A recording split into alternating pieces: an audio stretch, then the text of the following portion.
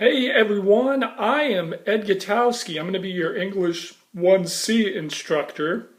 And so what I wanted to do was I wanted to just create a welcome video, which I kind of introduce you to class, talk about the textbooks that we're going to be using, and maybe answer some of your concerns. Really what I want to do my best is to make this class, not just an online class, but feel like you have a kind of a personal connection to the course. So let me talk a little bit about English 1C. English 1C is a class that focuses on one thing and one thing only. We focus really solely on rhetoric and argument. So I guess you could argue that we're focusing on two things. But the rhetoric and argument class is always fun. Students love the rhetoric and argument portion of class. Whether it's on a ground class or online, I've really found students have loved the ideas.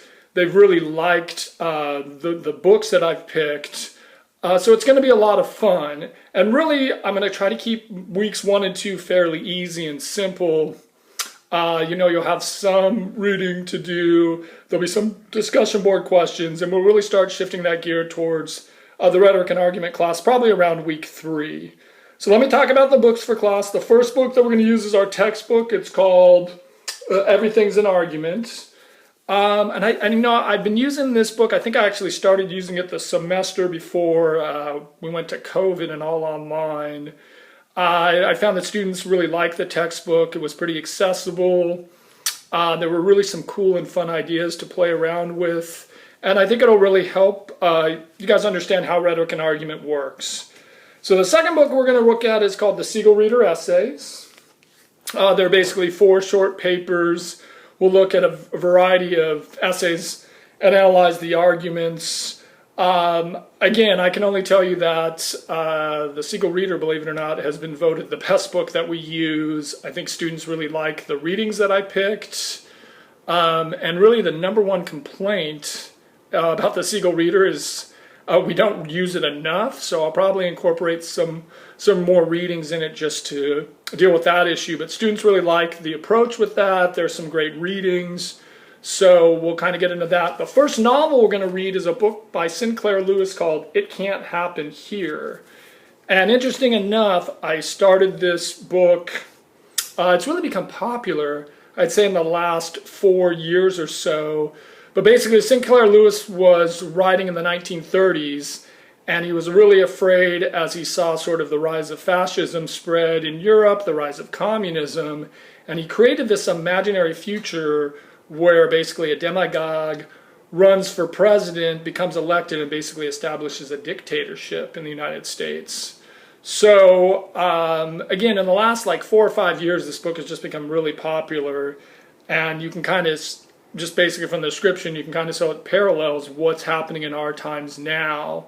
I got really good student responses from it. I think students like the ideas that Sinclair Lewis was looking at. So I just wanted to keep that lesson plan rolling because I got a pretty positive feedback from students. Second book we'll look at is this book. It's called Rihanna's Diary. Now, Rihanna's Diary is a fairly new book that was discovered by Rihanna, who was living in Poland as it was being occupied by the Soviets and then by the Nazis, and then unfortunately Rihanna was sent to Auschwitz. So this book is interesting. It's been compared to The Diary of Anne Frank, although kind of a slightly different perspective because we're much more getting kind of the Eastern Europe period's perspective of the war and the Holocaust itself. Again, I got a really positive response from students, especially last term. Students really seem to appreciate the book, so I just wanted to continue with that lesson plan. The book we'll end with is a book called The Hate U Give, which is a book that obviously deals with issues of race and racism in America.